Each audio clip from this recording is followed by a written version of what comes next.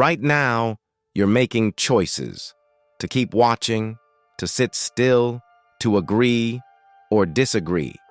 But what if every choice you've ever made was set in motion long before you were born? When you chose what to wear today, when you fell in love, when you forgave someone, when you clicked on this video, were you truly in control, or did the universe decide for you billions of years ago? This is not just an abstract puzzle for philosophers. It's a question that reaches into your identity, your morality, your responsibility, even your sense of self.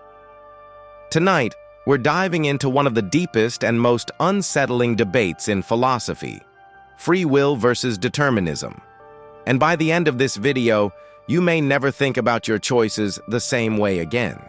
Determinism is the idea that every event, without exception, is the result of prior causes. Nothing happens randomly. Nothing breaks the chain. Every thought, every emotion, every decision, all caused. Imagine the universe as a massive line of dominoes stretching across space and time. The first domino falls, the Big Bang. And from that moment on, everything unfolds inevitably. Stars form, planets cool, life emerges. You are born, and eventually, you choose chocolate instead of vanilla. In the age of classical physics, this idea seemed not just plausible, but unavoidable. Scientists like Isaac Newton described the universe as governed by precise mathematical laws. If you knew the position and velocity of every particle and the forces acting on them, you could, in principle, calculate the entire future. In the 18th century, mathematician and philosopher Pierre-Simon Laplace imagined a vast intelligence that could know all forces and positions at once. Later called Laplace's demon, this being could predict everything: wars, discoveries, your birth, your death, and yes, your decision to watch this video. If determinism is true, your life is not a story you're writing. It's a story that's unfolding. If every event has a sufficient cause, where does that leave free will? When you make a choice, what actually happens? Your brain processes memories. Your genes influence your temperament. Your upbringing shapes your values. Your current mood shifts your judgment. All of these factors combine, and out comes a decision. But could it have been otherwise? If we rewound the universe to the exact same state, same particles, same brain chemistry, same memories, would you choose differently? Determinism says no. And if you couldn't have chosen differently, in what sense are you free? This question shakes the foundations of morality. Our legal systems are built on responsibility. We punish criminals because they could have done otherwise. We praise heroes because they chose courage. But if every action was inevitable, is blame justified? Is guilt meaningful? Or are we holding people responsible for the way the universe arranged its atoms?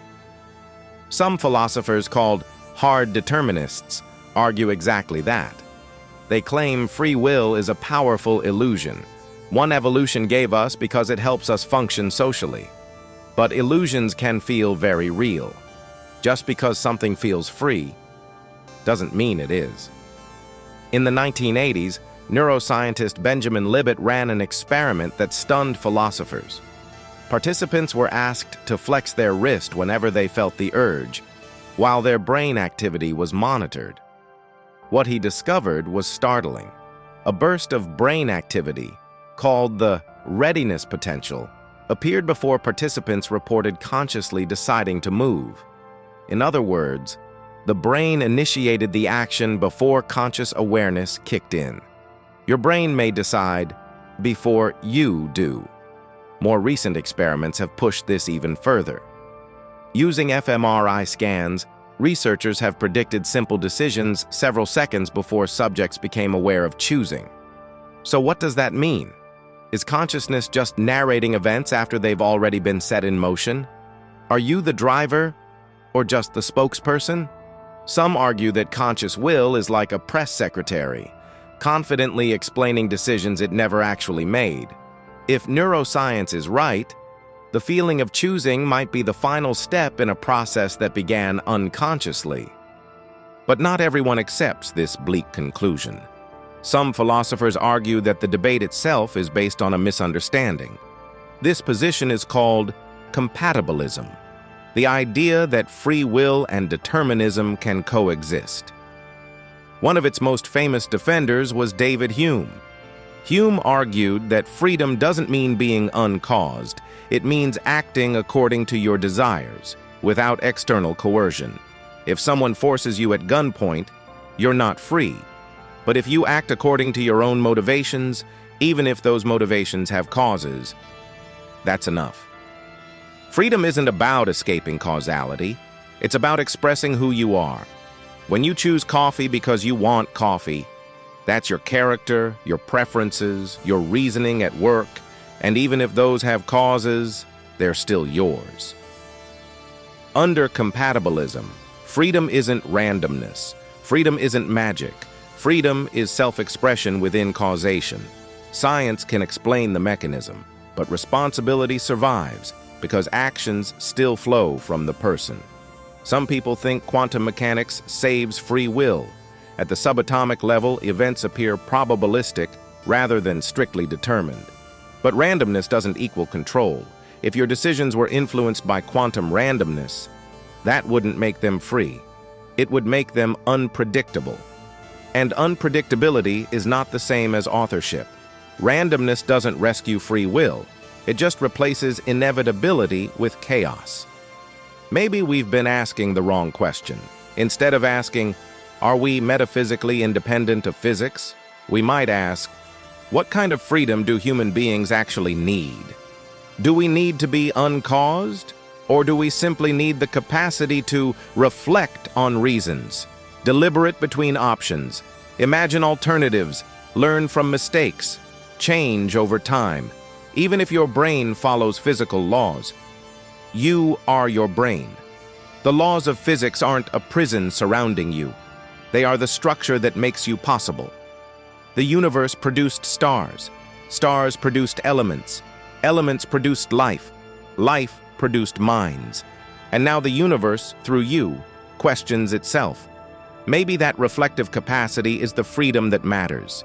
If everything is determined, then this conversation was inevitable. If free will exists, then you're choosing what to believe right now. Either way, you are part of a universe capable of doubt, reflection, and self-awareness. A universe that can ask, am I free? And maybe that, more than unpredictability, more than randomness, more than metaphysical mystery, is what freedom truly means. Thanks for watching. If this video made you pause, question, or see things differently, then it did its job. Feel free to explore more ideas here, and as always, keep thinking.